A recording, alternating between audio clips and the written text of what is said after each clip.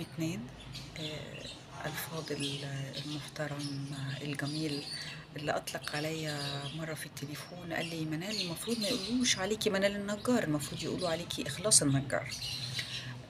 السيد الفاضل مفيد فوزي. آه، مستر مفيد فوزي كان معايا بشكل، كان معايا عنده إحساس كبير جدا كنت بحسه بيه، الأبوة والرقة و ورغم المكالمات القليلة جدا اللي دارت بيني وبينه، إلا إنه أول مكالمة دارت بيني وبينه كانت مكالمة رهيبة. اداني بوش وخلاني عندي ثقة بالنفس غير طبيعية ان انا يعني اعمل حاجة. بوجه له تحية وببعت له نور، وربنا يرحم هذا الرجل. لانه كان طيب قوي قوي، كان طيب معايا بشكل غير طبيعي.